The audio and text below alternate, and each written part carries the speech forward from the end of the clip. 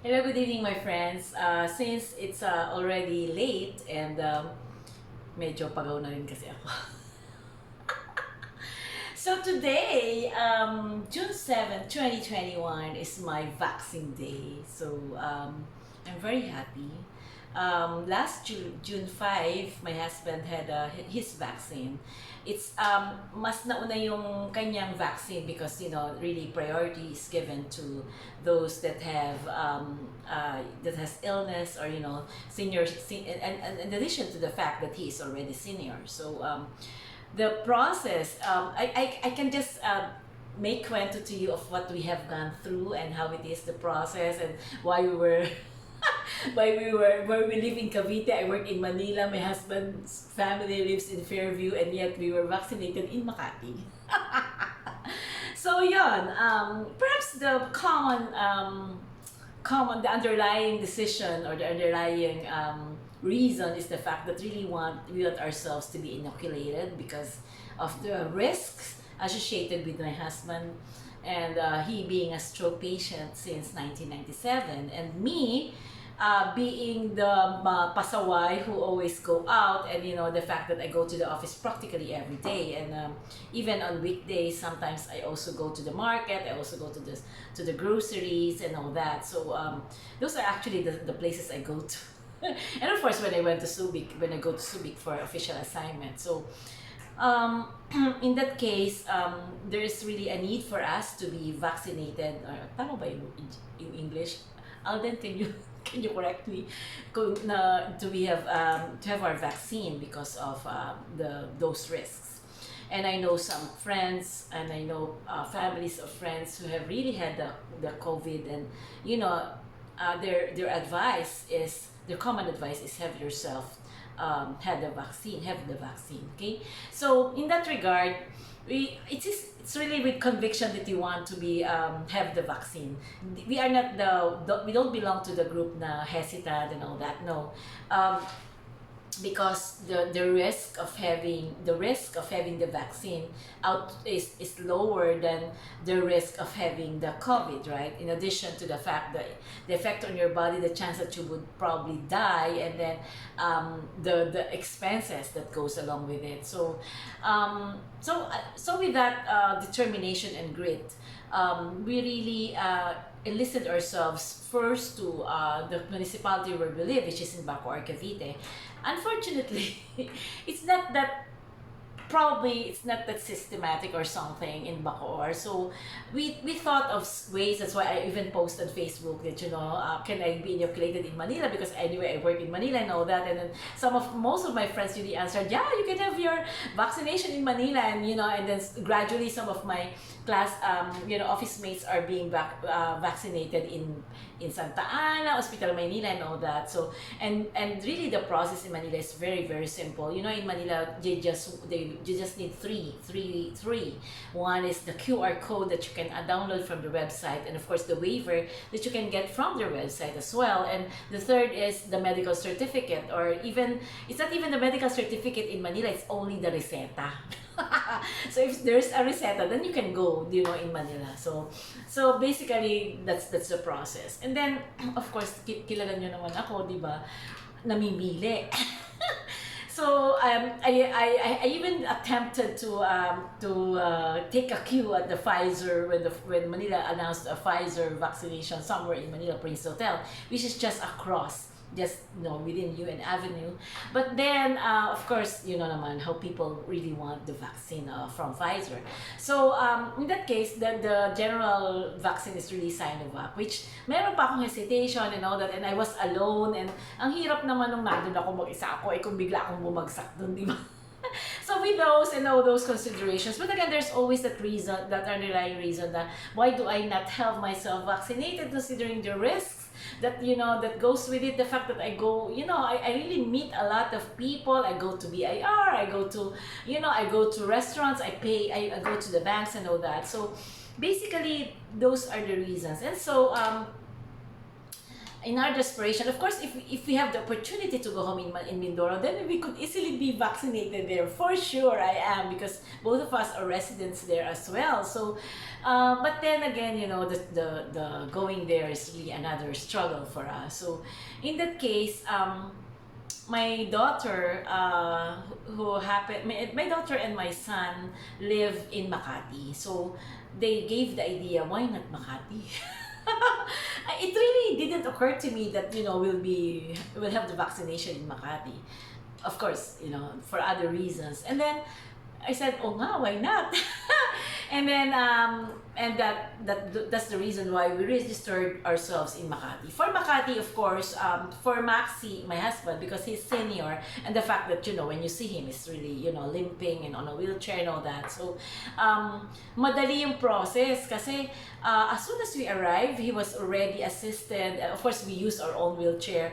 He was already assisted, and down up to the Makati Coliseum, it's even air conditioned, and the doctors come and check on him, do some inquiries and all that. Ganun lang naman eh. Pagpunta mo doon, tatanungin ka, nagkasakit ka ba, nilagnat ka ba, may nagbakunahan ba sa inyo, sumasakit ba ang ulo mo, and all that. So, of course, you would say no.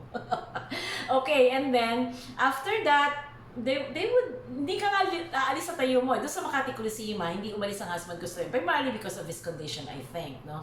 So the doctors were the one who went to him and had him vaccinated or inoculated. And then after that, there is a post-monitoring something. Perhaps to determine whether I think the idea is for to check your reactions on the vaccine. Of course, we know that the reaction doesn't come immediately anyway, right?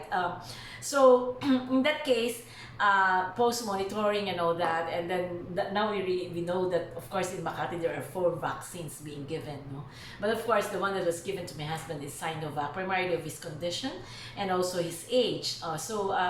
And then after that, then there is a survey area, and then doon siya tinanong mga survey and all that. And then amazingly in Makati, wow, the people who conduct survey are all having iPads. iPads. And then that's it. Nothing, no inquiry about where do you live and all that, what's barangay, nothing at all. Of course, we indicate the address of our daughter there. And then we had ourselves, Maxi had a picture taken. As simple as that. As simple as that. It's really simpler when, for seniors as well as for people who are disabled. Okay, so that's the journey of Maxi. My turn, I received, upon arrival at the house on Saturday, we received the text message, ako pala babakunahan sa Lunes. And actually, you can schedule your vaccination. But then, I was thinking, nakikiusap pa naman lang ba't ka pa magpapaschedule, di ba? Nakakahiya naman. So, the site that was assigned to me is La Paz Elementary School, something like that, along Sobel Rojas as well. So, yun, dun kami. It's a small school, but then the process is also systematic. But I like the process in Makati Coliseum more. So, if you have the choice, go to Makati Coliseum. It's better there. It's not because you're disabled. Even for those that are able, I think the process there is simpler. It's cooler, So, the one is very humid. Buti na lang bakuna blouse talaga ako, no? Because ang init. Of course, there are electric fans, but still mainit. And the process is quite long because you have to take, of course, the first process you have to wait. The first 10 will have to wait. Then the next 10 will be code, and then you will fill out the form. Of course, I have my daughter with me, so my daughter fills out the form with me. That's the good thing of having, children. Who are very kind, no, di ba? So she fills out and she's bright naman, so I know that whatever I need to go there to indicate there, she will fill it in, right? So she was the one who filled it in, and then afterwards we go to another room for our BP. And BP nga, no? I think BP.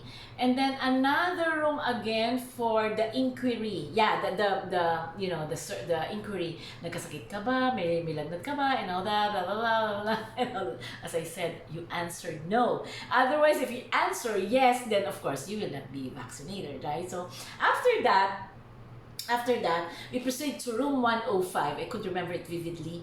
And then, yun, doon na, tinanong na kung, there was another sheet of paper that was, filled out by my daughter again. But, I'm a princess, and my daughter was the one to do the things for me. I do the picture taking anyway and all that. So, I had it, and then they would ask, what arm do you want it to be? But since I'm working and I sign checks and all that, so, I chose to have myself vaccinated. This is my vaccine. Vaccinated on my left. So, left arm. So, kasi may nakalagay pa talaga doon. Sorry, I didn't bring my card. Left arm. And then, after that, they will hand you a card. Sorry, I didn't bring my card. It's in my, I didn't bring my card. So, there is a card there. And then, you have yourself inoculated na. Then after that, you'll go to another area where you will have the post-monitoring.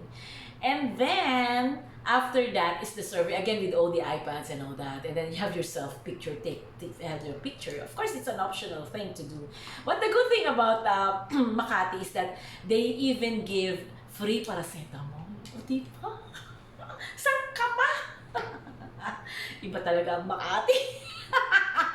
Libre ang paracetamol. Hindi ka na kailangan umorder ng paracetamol. So anyway, that is my experience. So if you really want to have yourself vaccinated, and if you're an A1 is health workers, A2 are senior citizens, A3 is the one with comorbidities, and A4 is the general working people. No, of course, I'm an A3 because I take some hindi naman isa lang maintenance medicine. Although it's a PRN, but I was able to get a medical certificate for my daughter.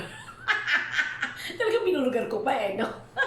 Kasi gusto ko na talagang mabakuna. At saka talaga namang may maintenance ako. Okay, so wala akong pagsisinungaling doon. So, yon. And then, yun nga, my husband naman is obviously somebody that would need the vaccine. So, ganun lang. Life is a choice and I was thinking, we pay naman our taxes. So, parang dapat naman we deserve if we ask to have the vaccine. Di dapat may vaccine kami, di ba? Lalo pa yung husband ko. Talaga, I'm worried for him. When I go home every day, I have to take the protocols and all that. Because nga, I'm worried that, marami akong masagap na mga taong nakasalmuhan ko na may virus, di ba? Hindi natin alam, lalo pa ako daldal.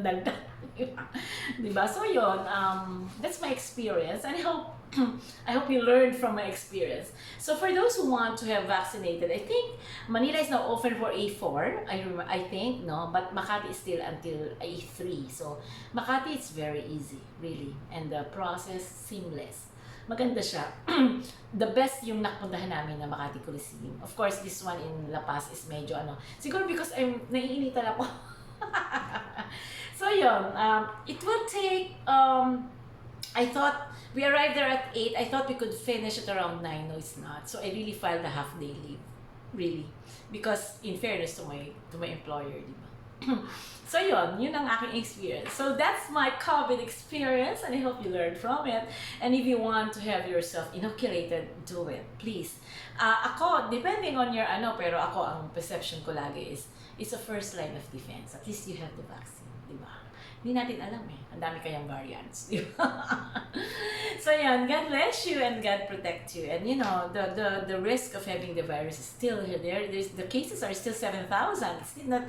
I thought with the vaccine, it will go down to 3,000. No, that's still 7,000. It's still very high risk, and it's even going out of Manila, the NCR plus. So, God bless you, and I'm really happy. And thank you for my daughters. Thank you for our sons. I'm really blessed. I'm really blessed. Maxie and I are really blessed to have very kind children. Ano mo yun? Yung sa kabila ng kahirapan namin na dinanas at kabila ng kahungkagan, ibig sabihin hindi naman kami mayaman. Hindi ko naman sila nabigyan ng komportableng buhay. Napag-aral ko lang sila. And actually, sa totoo lang, yung pag-aaral nila ay dahil naman din sa kanilang pagsisikap. Basta I lead them to good schools, to good universities and all that. But, doing the work is theirs. And yet, they're and yet, napalaki namin sila ng maayos. Wala silang ganong resentment, no? Na hindi mo naman kami nabigyan ng balwang buhay. Walang ganon. So, we're indeed blessed. Di ba? Wala ka mang material wealth, but if you have good children, you were able to raise good children who you are assured of will take care of you when you grow old. You have all the treasures, di ba? You're blessed. God is indeed good. Hi! Naiyak pa ako. God bless you and have a nice evening, everyone. And magpabakuna na kayo. God bless. Ma.